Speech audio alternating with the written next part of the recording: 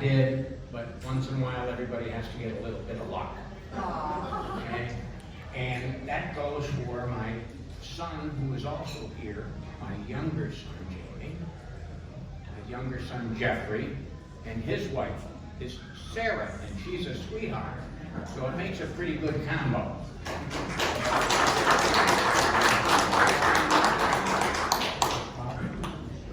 It's been a long haul, and I can actually see the light coming from the tunnel. Right? Everybody knew out of the gate that it was an uphill battle, but you know what? I don't know if it was the Arora blood or the Rosenstein blood, but there's a lot of fight in those two categories. Yes. My daughter-in-law, believe it or not, lived a whopping 2 minutes from me growing up. But my son is a couple of years older than her, so their sisters played, but they didn't play together.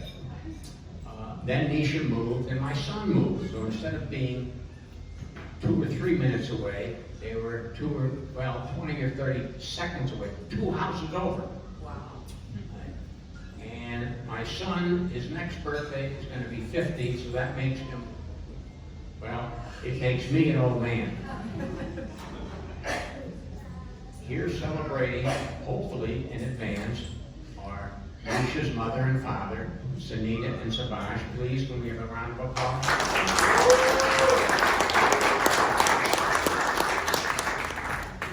And I didn't forget you, Sanjay, so you got to wave and say hello, beautiful wife. But at this time, I would like to introduce my daughter-in-law, Nisha Arora Rosenstein. Let's hear it.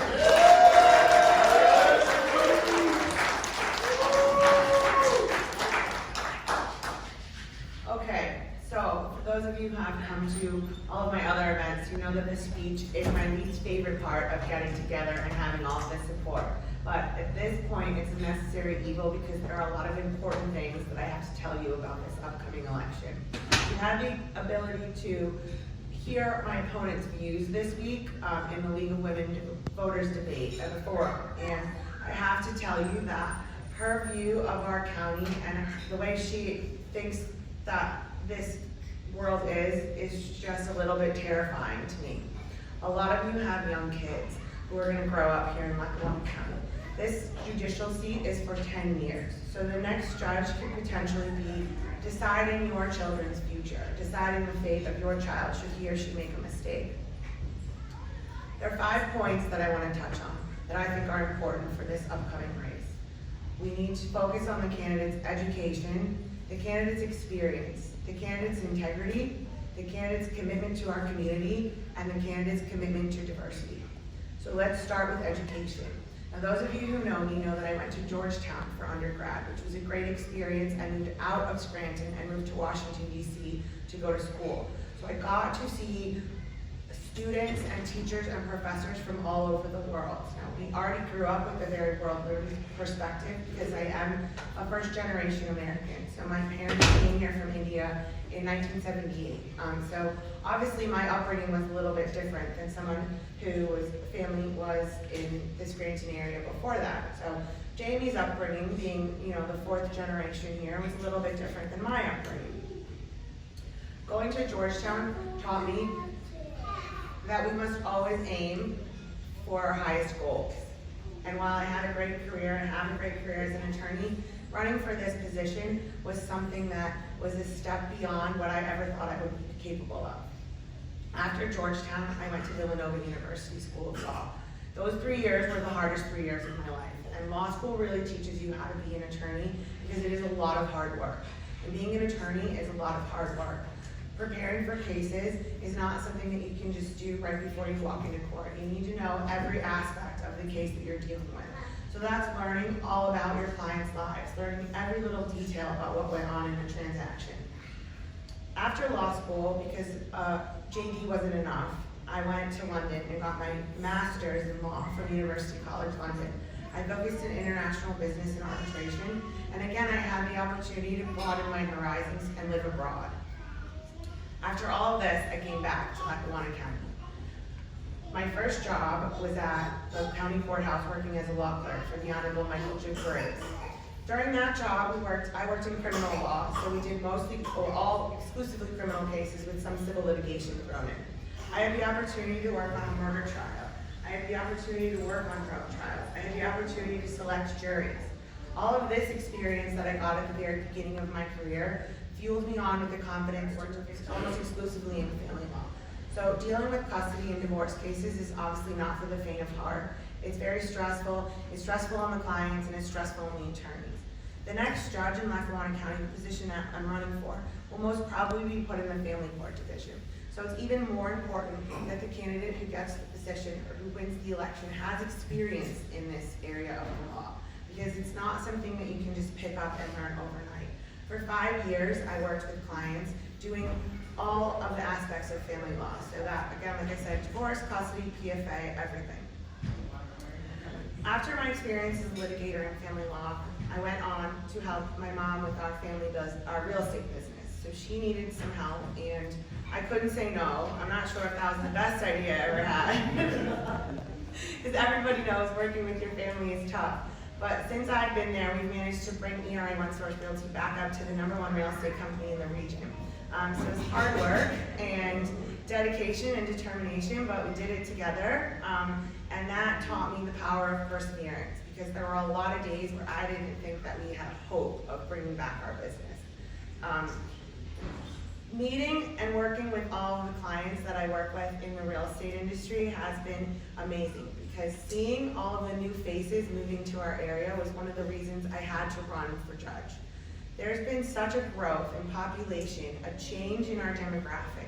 We've had a growth in diversity.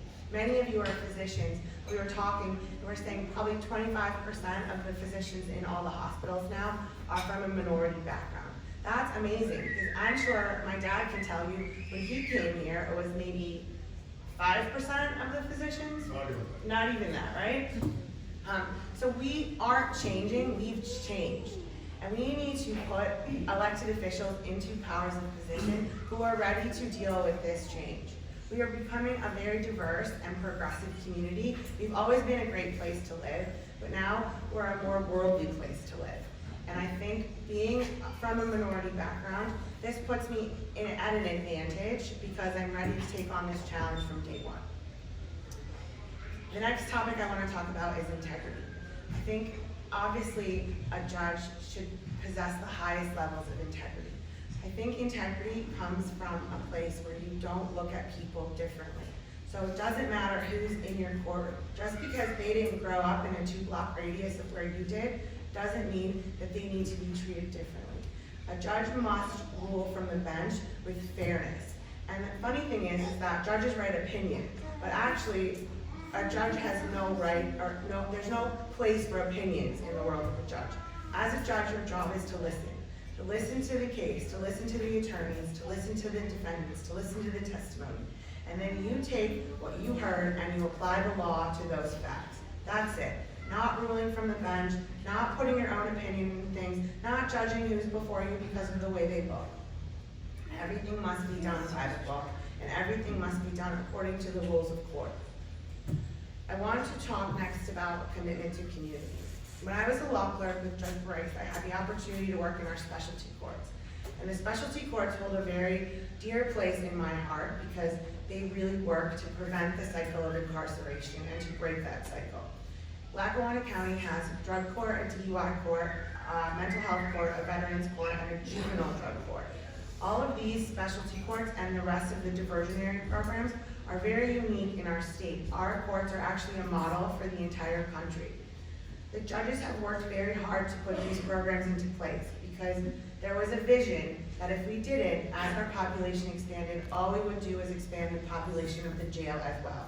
Instead, they're not called defendants in the specialty courts, they're called clients. They're able to go through a program and spend the time to make sure that they get rid of the root problem that's causing them to commit crimes, whether that be addiction or mental health problems or a veteran who's returned with PTSD. Services are in place to ensure that each one of these clients does not end up in jail again.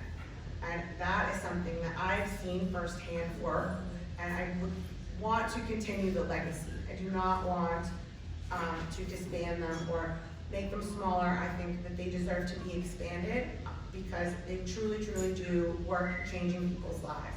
Once you change one person's life, that person is going to go on and want to help other people change their lives too.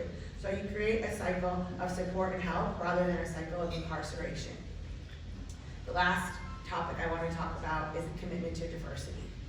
Growing up, the first generation American from Indian parents, so I'm an Indian American, really has shown, I've had a lot of opportunity in my life. I had the opportunity to go to the greatest schools. I had the opportunity to have a great career, and I've been very successful in that career.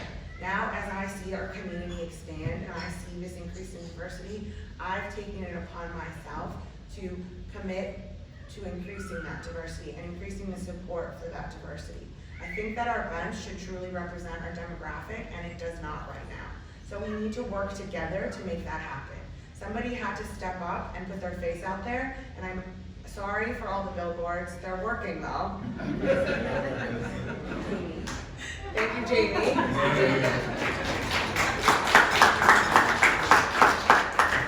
And ladies, I mean, I'm sorry, but you find yourself a man who'll put your face on his truck 10 foot tall. So, putting myself out in the public like that has not been easy, but reaping the rewards of that step that I took and being brave has been amazing. All of you have been supportive in this campaign from the beginning, and I truly appreciate you coming tonight. I would like to thank our hosts. I would like to thank my father-in-law, my dear husband, who has given himself 210% to this campaign. I think he wants to start a political consulting business after this is over. Yeah, go for it. Oh yeah. My wonderful 3 stepchildren who are always there with words of encouragement, my campaign team, my family, my brother, my sister-in-law who thinks I'm crazy because corporate law pays a lot better than his judge job does. But thank you all for being so supportive. We have 16 days until November 2nd.